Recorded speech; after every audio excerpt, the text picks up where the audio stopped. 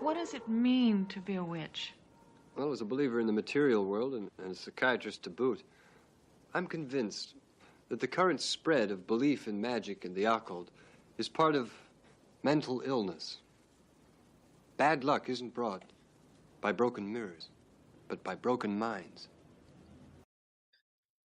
Hello and welcome to Comic Book Bears Presents The Bear Cave of Terror. I'm your hairy, heavy homo and horror fan host, Steve Morey. Each week here in the Bear Cave, I invite a horror-loving guest who brings with them one of their favorite scary movies. It can be classic, gory, trashy, obscure, filled with witches, or something still banned in Britain. In other words, a thrilling work of cinematic terror that we think you might enjoy.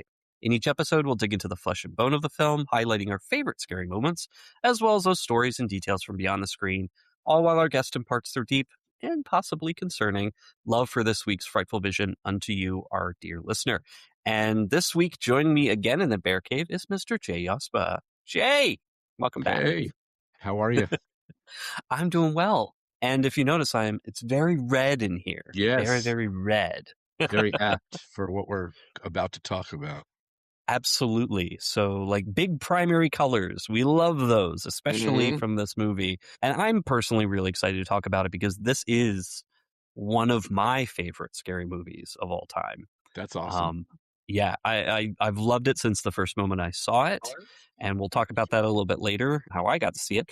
But really, this is about my guest. I always want to make sure that's my guest who gets to talk about why they love a particular movie so much and which movie are we going to be talking about today? We are talking about the movie Suspiria by Dario Argento, and this is the original, not the remake. Yeah. 1977. So this was a really interesting time for him within his work, his many years of making cool, scary movies. So tell me about Suspiria. Like, why this movie, for you? Like, why is this one of your most well-loved horror movies? I just think the atmosphere is amazing. The way the movie was filmed is amazing. I generally am I would say I was a pretty good fan of Dario Argento. I like the majority of the stuff I've seen of his. I've not seen everything by any means, but I think this was a great example of a giallo, but throwing in a little bit of supernatural stuff makes it a little bit more fun. It's I don't want to say it's like wacky, but it's not something that American audiences, I think, the kind of thing that would come to mind for people thinking about a horror movie or a slasher or whatever you want to call it. It's got a sort of a different take on it, and it's just unlike anything else. Yeah, it still remains one of those really unique movies to come out of European cinema, especially horror, because it was really in the heyday of the Italian giallo masters and the Italian horror masters. I mean, they were putting out some really great stuff in the 70s and 80s before I think the film industry kind of like the floor dropped out in Italy, towards the end of the 80s, beginning of the 90s or something. So, but before that, they were putting out some really amazing, really unique stuff. And Dario Argento was one of the vanguard there for horror, especially. And this movie is just gorgeous and loud. Yes, it is. And that, I think that lends to kind of a really great sense of tension that it just immediately instills in the audience. And the acting may not be the greatest, but it doesn't have to be, because what kind of like images that get thrown up on that screen, like you're not caring about like, I don't know, maybe they should have taken that, line reading again, because what you're seeing is just so gorgeous and so impactful. Yep. But Yeah. So when was the first time you saw this movie? I'm not sure I actually remember. I definitely did not see it in the theater. I saw it on, I think I saw it on DVD originally, which Mm. I still have a copy of. But I'm not even sure it was my first Argento. I might have seen Tenebrae before I saw this. It was one of the two. It was one of the two that I saw first. This seeing this one first before anything else would have been whoa. Yeah, yeah, yeah. Because Tenebrae is a bit more of a by the book Giallo movie, I think, than Yeah. this is. But this is so much fun. And I think you're talking about the acting and stuff. I do think like the leads, the primary leads in the movie are pretty good. Um, Despite like language, apparently there was all kinds of language barriers and things. Everybody was speaking different things. It's an Italian movie taking place in Germany. They got an American lead, you know, and I guess all the girls weren't able to communicate with each other fully because, you know, they were from different backgrounds and stuff. I had read actually that Dario Argento's girlfriend was supposed to actually play the lead, but they decided they wanted to go with an American actress. She's actually the co-writer with him of the script, but she was initially slated to play the lead character. Yeah, and the lead is Jessica Harper, Mm-hmm. who has been in. Yeah, I mean, she was in a number of movies in the 70s, and I think kind of transitioned to, you know, because she's a recognizable actress. If you were like growing up in the 80s, like Yeah, you've seen her in things like on TV films, TV movies, and things like that. But she's had sort of a long career. It started with The Phantom of something. It was Phantom of the Paradise. Phantom of the Paradise was like Yeah, her first real role, major role. And then this one wasn't too long after. And apparently she turned down a role in Woody Allen's Annie Hall for this movie because she'd yes, rather that's what do I the heard horror too. movie than what I believe is Diane Keaton who got that role. So, Yeah, I don't know if it was the lead in that or what. It didn't really say. It just said she turned down a role for it. But it's kind of crazy when you think back on it. But I think she made the right decision. But you know, that's probably because I'm more of a Suspiria guy than an Annie Hall guy. But yeah, exactly. I was mentioning to you, I actually, the first time I saw it was in a movie theater. that's super cool. Um, they were doing it was the Halloween programming for the month of October. Yeah, And so this was one of the movies that they showed. And I remember sitting in there with my Arizona iced tea and my little bag of Twizzlers and just going, what am I watching? Because right, from moment one, from like the first second, you get the soundtrack starts and it's like, it starts deceptively almost like a magical sort of like da da da, right. like you've got the tinkling sounds, and then you have the narration that kind of gives you the Yes, background of what's going to happen, and then it just punches you in the face yeah, with the loudest clanging electronic, you know, like glockenspiel sound that you can possibly imagine, right. thanks to Goblin, Dario Argento's band, Yep. who did the soundtrack on this, and it does not let up. Like it doesn't let up. There's obviously there's some quieter moments in this, Yeah, but every time there's a supernatural presence to any conversation or any scene, that sound that comes back, and it's so driving and it's so harsh and it's yep. jarring and just ratchets up the tension because you know, okay, well, what's going to happen now? Yeah, and I do think it's a love it or hate it thing. Like I'm sure there are people that probably can't stand it, but I think it's one of the greatest parts of the movie. Actually, it's really part of the whole experience. Oh yeah, and it's instantly recognizable. I mean, that theme, if you hear that anywhere, it's like I know where that's from. Yeah, All the yeah, parts of it, because there's different parts of it that just really, oh, it's so good. But let's talk about what this movie is about for people who haven't seen it, of which shockingly there are people out there who have not yes, seen I believe it. 1977 Suspiria. So what would you describe this film as being about? I mean, basically, it's the story of a young American dancer. I think she's somewhere around 20 years old. She arrives at this prestigious German ballet academy in the pouring, pouring rain and gets very wet. And she starts to discover the things there are not quite what they seem because they throw you into that like pretty much right away. Now, she doesn't see everything right away, but yeah, we start off pretty soon into like a double killing. Doesn't take very long before you know which way this is going to go. Yeah, it's basically the story of her sort of uncovering what's going on at this academy. there's very early on, you kind of get the sense that there is something a little bit more than natural and sinister that's happening, but it doesn't completely show its hand until about maybe 2/3 through the movie. You know that the characters aren't hallucinating. There's something going on that is supernatural, that is magic, that is occult or something that's happening.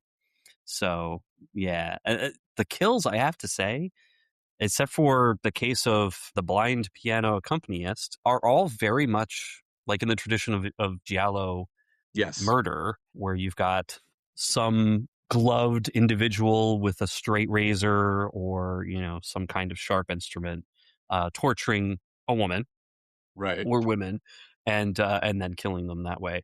That first double death, man. I Yeah. just, ooh. And one of them's not even intentional, really. It's Yeah. just kind of happens. You're like, oh God, poor girl. Yeah. Yeah, it's very much, it's very shocking to have that so early on. And Yes. again, a lot of it, so much is stylized. And in the time that Susie, who's the main character, Susie is uncovering things, we see some things, but then we're also, sometimes when we're following Susie, we only see a small part. Mm-hmm. So, sometimes the reality is obscured for us because we're following Susie, and Susie Yes. isn't privy to everything that's going on. But then other times we get to see the whole craziness, especially when it comes to the deaths. So Yeah. I would say that the one really thing that stood out was the pianist's death, because she's not around anywhere near for that, and that's definitely the one that has the most supernatural feel to it, because it's really not quite explainable. But then, of course, the soundtrack really comes in on that one as well. soundtrack, the camera angles, there's a lot of what could potentially be POV from perspective of the killer or from, the person pulling the strings, essentially, like, especially with the first murder, looking in the window of the bathroom where Patty, who's that first victim, um, she's trying to dry off in this bathroom, but she keeps looking out the window expecting to see something. Yeah. And of course she does. She Right. sees eyes and like a form that's out there, and she freaks out. But we also have moments where, like, the the camera zooms into the window and then zooms back out as if it's sort of like flying Yeah. and trying to remain out of sight for a few moments. And then, of course, the craziness happens. We get people getting pushed through glass windows, lots of glass windows. There's lots of broken glass in this movie. Yes. So much broken glass. Yes. Lots of sharp things, period. Lots of sharp things. People running into sharp things, getting blasted with sharp things, Yeah. flying through sharp things. Like there's just a lot of that. And I'd say one of the more memorable deaths for me, other than the first ones, and like basically all the deaths in this are super memorable, but Yeah. one of the other ones that's just so, it's such a shocking scene that you can't really help but just have it burned into your mind, is the death of Sarah, who's one of the other students Yes. at the school, who was friends with Patty and becomes friends with Susie and tries to tell her about some of the things that they've been uncovering as part of the mystery of the school. She seems to be the only one there that really knows what's going on. The other girls are nobody really seems aware of what's going on other than those couple. And one of Yeah. them's already dead. So, Which is interesting. And I think, because most of the other students just kind of they fade away into the background after the first part of the movie. You're introduced to Olga kind of early on, but then she doesn't show up again. The other students are more just background, because there's a couple students that are kind of pointed out earlier in the movie, and you're like, oh, are they going to come back? Is there going to be some kind of interaction with them? They just kind of go away, and it's just really Susie and Sarah that interact. There's some really great imagery, the colors. This was filmed, it was one of the last films to really make use of old Technicolor, and the primary colors that are presented are so saturated, they're so oversaturated that they bleed all over the place, the reds especially, but you also have bright blues and yellows, which is just fascinating on the effect that it has, especially the red, because it shows up in the hallways, it shows up in Oh yeah. silhouettes. There's a really cool perspective shot where Susie is meeting with the headmistress, who's played by like a classic Hollywood actress who's Joan been Bennett. making movies since Joan Bennett, who's been Yeah. making movies since like the 20s. This was like her final role, I think. Yeah. But she plays sort of the headmistress, and they're having a discussion, and on the wall behind her there's these round sort of silhouette portraits, but one of them is a mirror. Mm-hmm. And it's just like, for a second you only see like the red of the wallpaper right outside the room, and then Miss Tanner shows up, and she's just like standing there posed like the other silhouettes. And it's just this Right. really interesting thing, like when you watch it multiple times, which we both have many times, like you see these really cool shots, these really cool sort of like setups. I mean, there's that scene kind of early on where Susie's going to the classroom for the first time, and as she's walking through the hallway, which is all red, there's the cook and the creepy little boy. And the cook is polishing silverware. She's polishing like a knife. She's not centered. She's off to the right side of the screen. Right. And the music starts, and you see her just sitting there, and she slowly turns the knife to reflect light into Susie's face. And then Susie starts like, Yeah. getting weakened, and is like, it has a spell cast on her to drain her energy and all that stuff. It's just it's so cool. Just those little things where you're like, I love that scene. And the school is gorgeous. I mean, the school is amazing looking, and what we see of it is really cool. I just love the fact that all the interiors are constructed on the set in Italy, but the exterior, let me see if I can get the name of it right. I was looking up the movie location there. It's not located in Bavaria, in Munich. All the other major outdoor sets are located in Munich.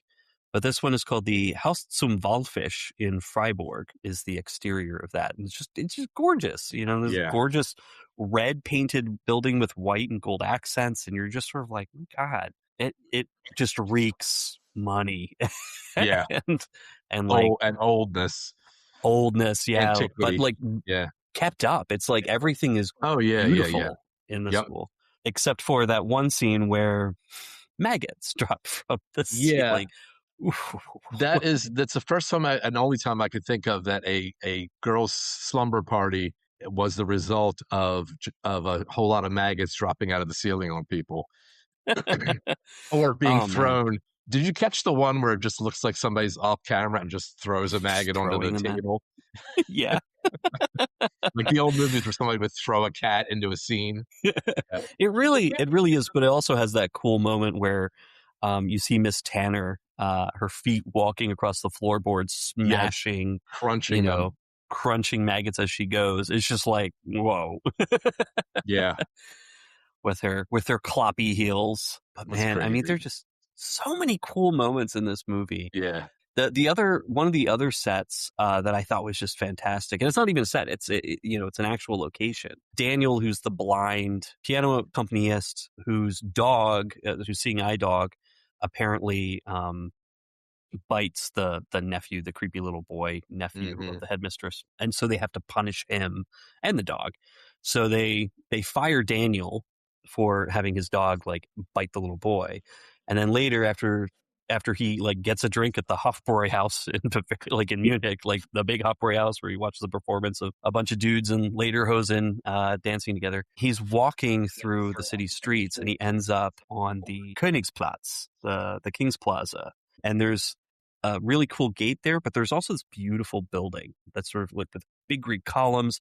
And that specifically is the Staatliche Antikensammlung, which is it's where they have all of the classical Greek artifacts that they've collected there, which is another interesting connection to one of the plot points in this movie.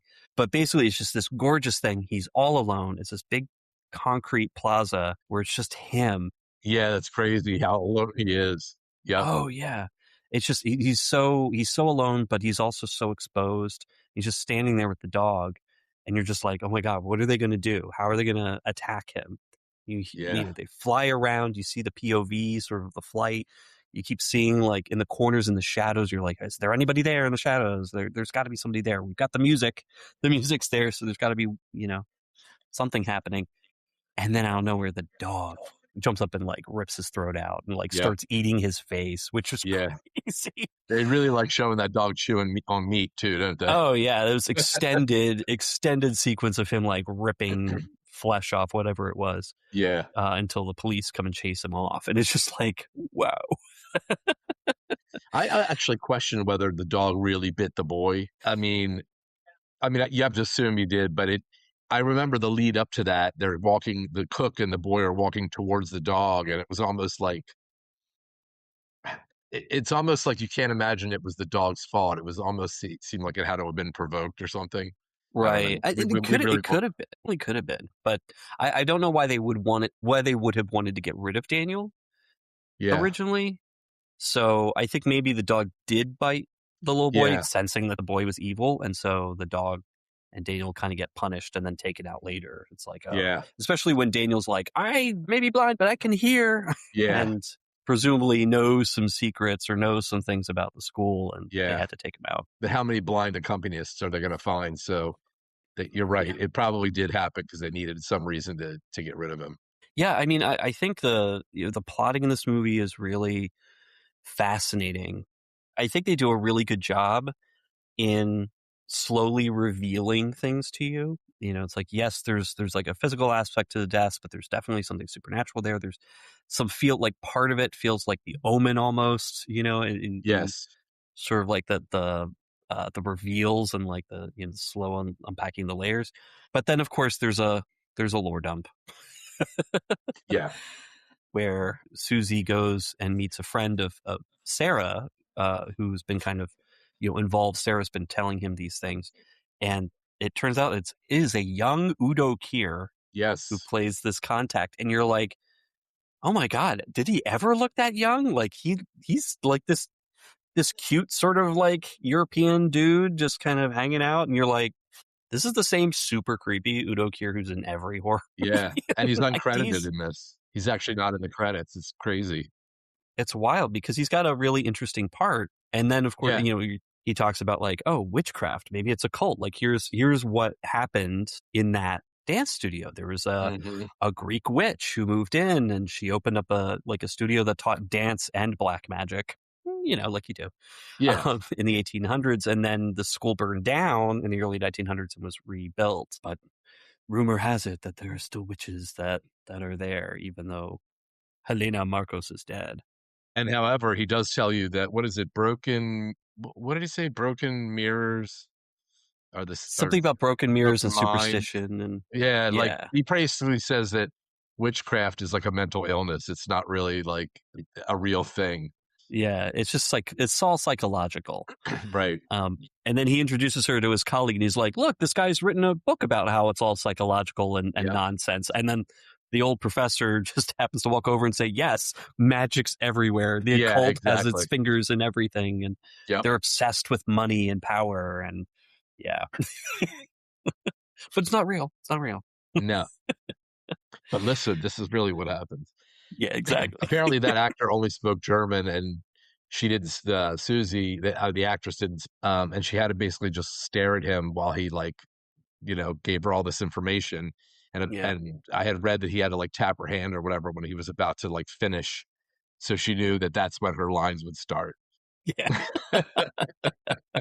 I guess that's the old issues of having a language barrier. Absolutely. And you had a lot of Italian actors, you had German actors, and then you had a few American actors. And I know that they eventually redubbed this. So this was all dubbed in Italian when it was released in Europe. And then it was dubbed in English when it was released internationally.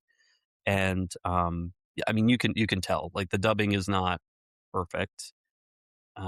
Even with some of the actors who are kind of mouthing the words in English, yes, they're definitely saying English words, but they're being overdubbed by other actors. Having a very international cast must have been a really difficult challenge, I think, for everybody there, especially the director. Yeah, I actually had the good fortune to meet him at a convention. Oh my God, it was after 2000, but it's been a really long time. But as I recall, seemed to speak almost no English.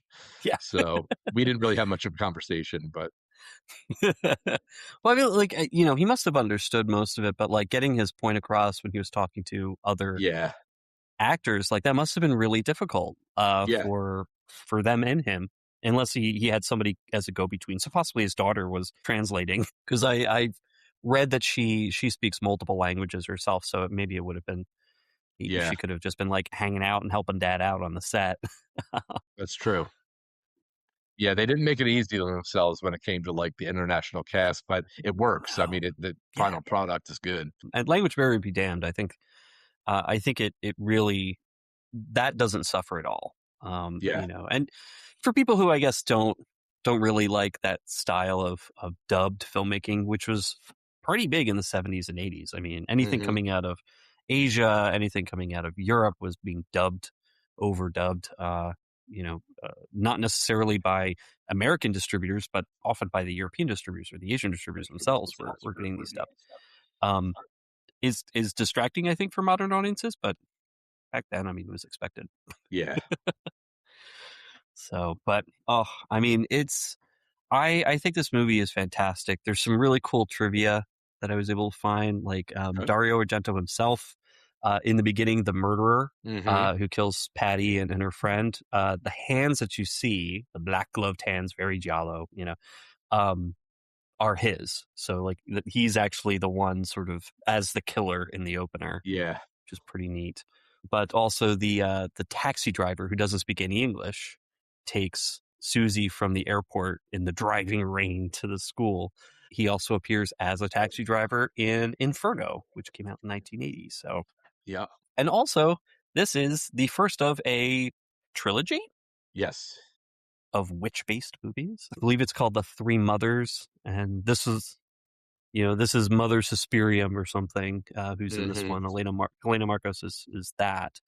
But then in Inferno, you have Mother of the Shadows, Mother Tenebrium or something like that, or Yeah. Tenebrium.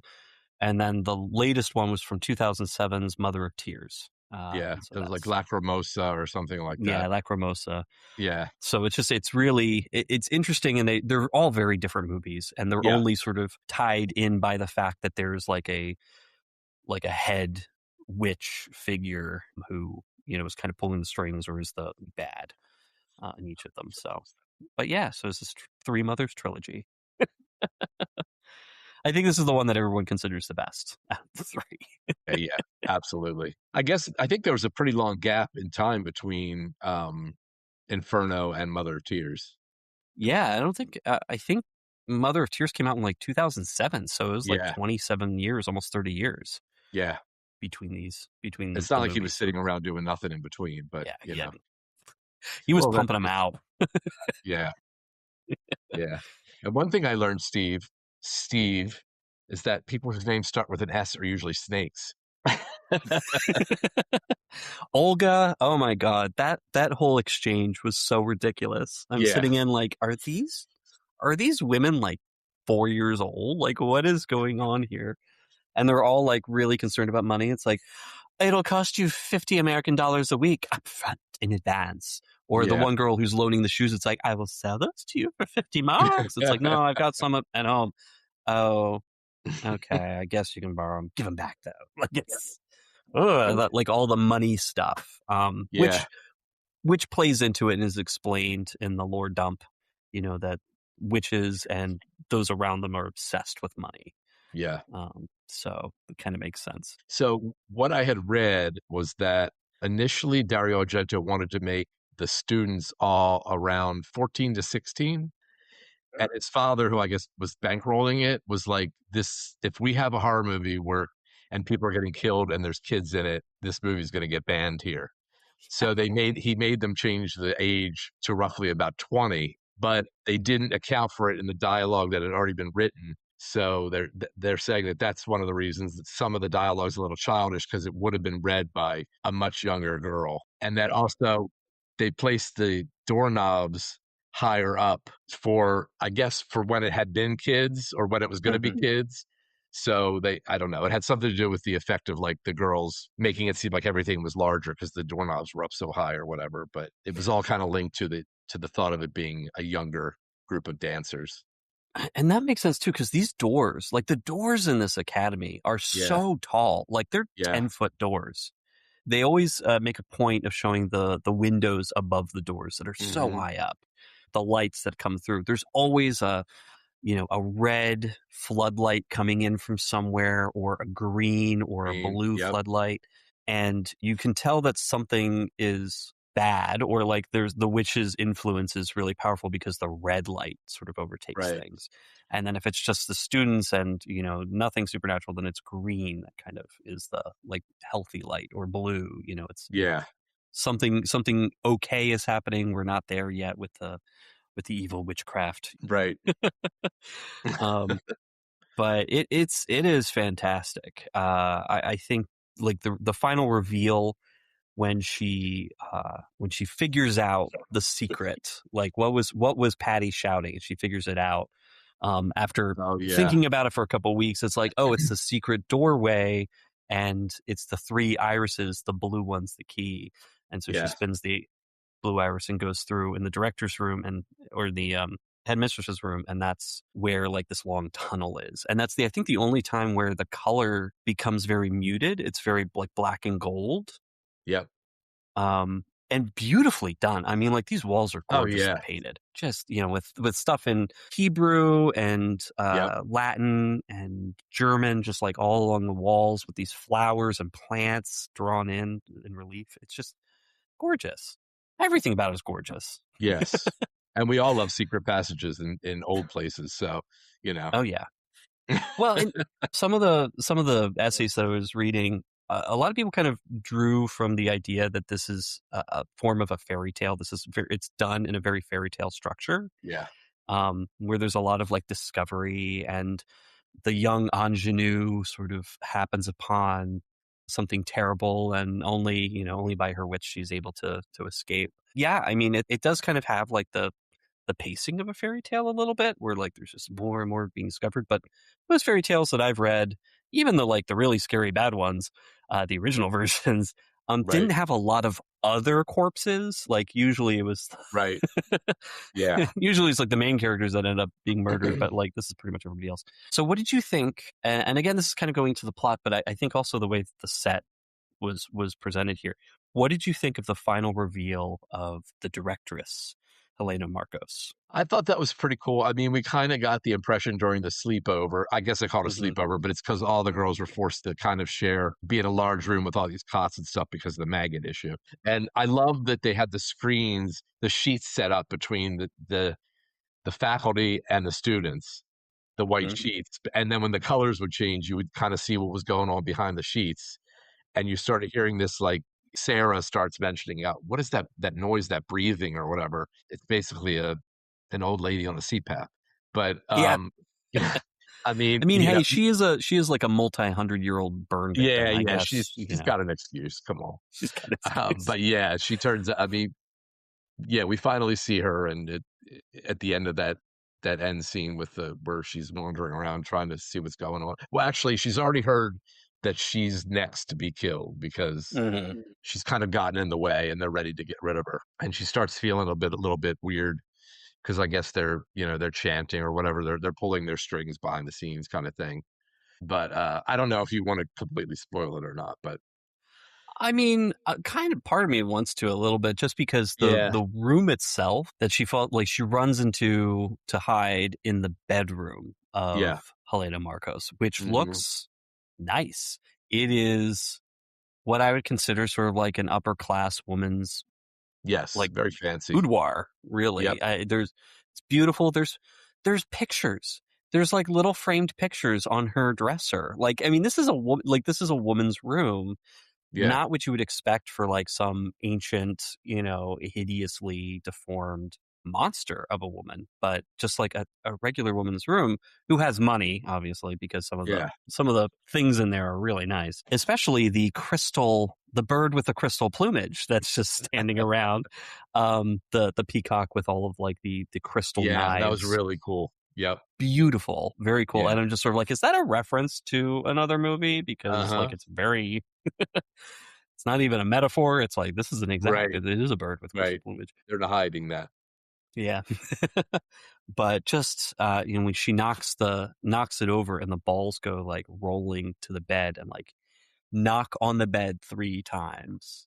And the shadow of Helena pops up and is like, oh, I've been expecting you, dearie. Very campy, but also very scary. And here she is, like she picks up one of the plumes that's like a crystal knife, Susie, and she's like, I don't know what to do. Like, she doesn't know what, like, she's kind of protecting herself with that. Yeah. But she's also going towards the witch, like she's not sure what to do until basically I don't know if it was a ghost or if it was the actual reanimated corpse of Sarah, pins in her eyes, nails in her hands with a knife covered in blood. And then she eventually, like, just that, like, the lightning is flashing and it's revealing sort of the outline of where Helena is because she's invisible. Yep. And throwing her voice around so Susie doesn't know where she is. She keeps saying, "You want to kill me? You want to kill me?" Yeah. It's like, keep it up. I can find you now. Yeah, exactly. Stabs her right in the neck. You're like, yeah. But the interesting thing about that character, she's also uncredited. The person who's portraying Helena Marcos is uncredited in this film. Yeah. And who the actress is, we're not really sure, but I think there was a comment from one of the other actors in this, that it was someone that they just found, like a person who had like the right look, who was elderly, and then they just kind of added additional makeup to it.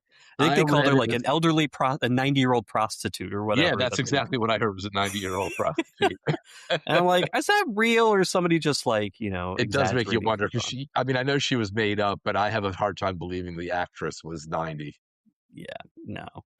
Not what they made her do, essentially. So yeah, it makes a good story though. It does.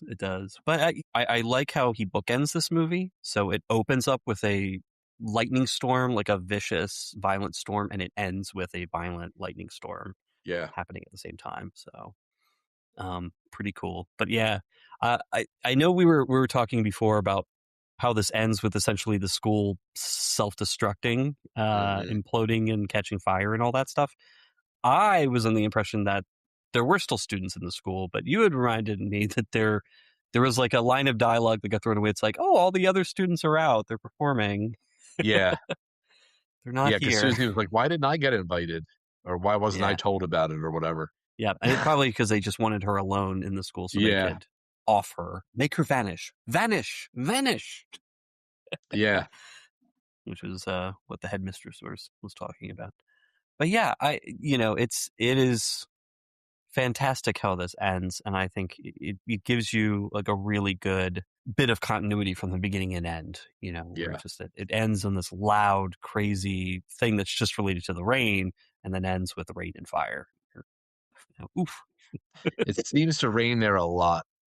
It does. Storm a lot, not just rain, but storm a lot. And yeah, people love running in it. Apparently, everyone's got pneumonia all the time. Right. The inside of those taxis must be soaking wet too. Oh, How long she held the door open at the airport. Just like sitting in like a puddle. Yeah. But yeah, I think I really love just how this movie was made. And I don't know too much about Goblin, which is Dario Argento's band. We had do the whole soundtrack for this.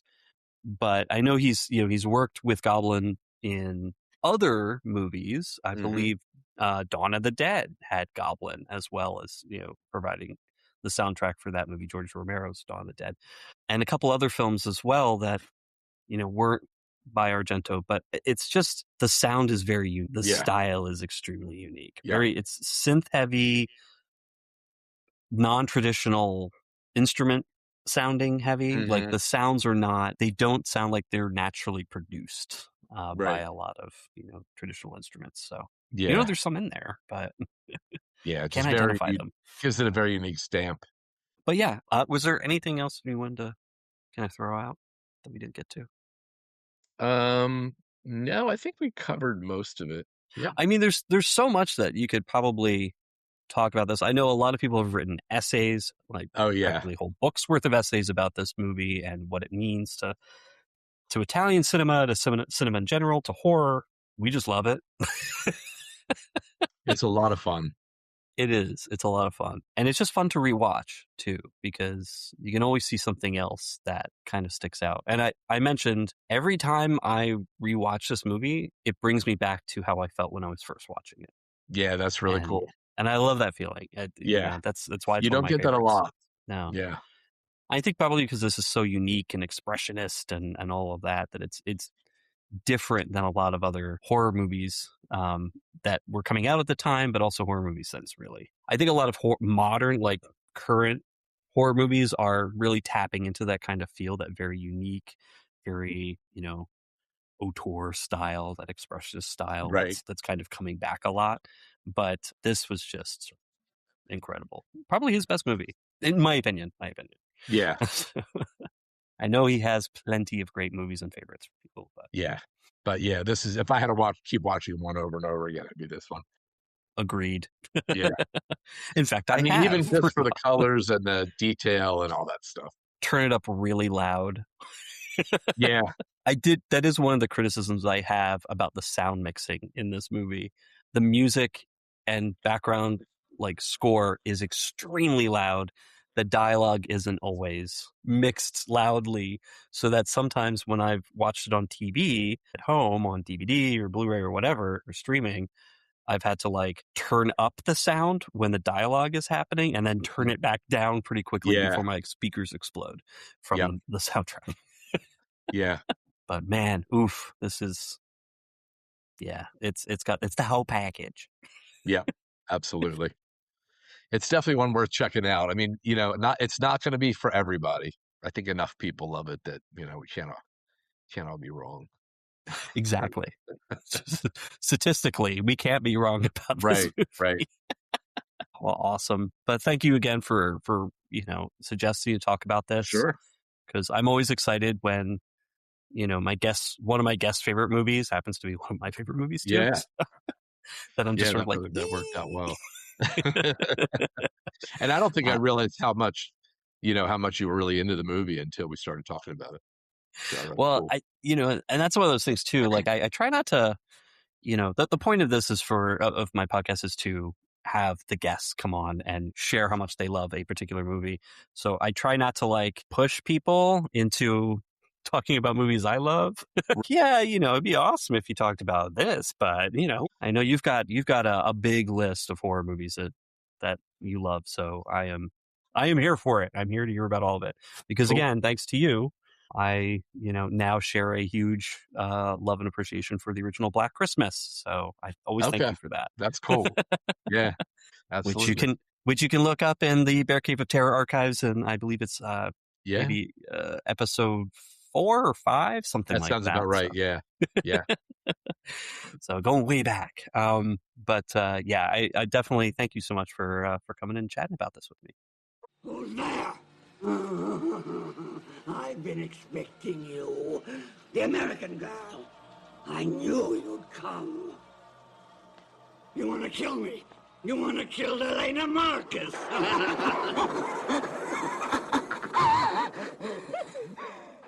You've just listened to another episode of the Bear Cave of Terror, and if you haven't seen Suspiria from 1977, or after listening to us are struck with an irresistible compulsion to watch it again, please do. It is available to stream free on the Roku channel, Sling TV, Plex, and more, and can be purchased or rented digitally, and also available on DVD and Blu-ray. And it has a recent restoration from, I believe, 2014, 2015, where they were able to completely recreate with a 2K print. So it looks even more gorgeous than it did in 1977. So definitely pick it up if you can. And Jay, if listeners would like to hear more from you or get in touch, how would they do that? You can reach me as Honk Cub on Instagram, or I do another little podcast called Life on the Shit List, or LOTSL, Lotzel. You can search for, well, you got to look for it under Lotso. You can't look for under the full name. We do an episode a month, pretty much. Awesome. And you can also follow the Bear Cave of Terror on Blue Sky and Instagram at Bear Cave of Terror, or send an email to bearcaveofterror@gmail.com. And if you would be so kind, please drop us a review on Apple Podcasts. It gets our visibility up, which is always nice. And a list of sources will be available in the show notes if you'd like to learn more about Suspiria from 1977, or the remake from, I believe it was 2021, maybe? And remember, if your new boarding school comes with a creepy little Lord Fauntleroy and it's not 1920, maybe it's time to gracefully decline admission. Good night, everyone.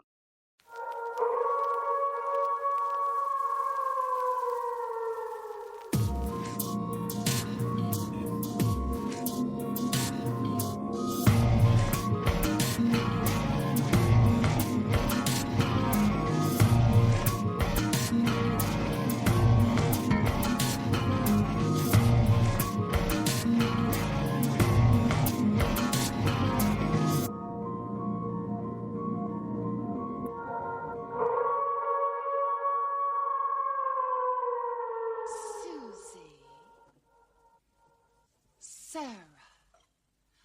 I once read that names which begin with the letter S are the names of snakes.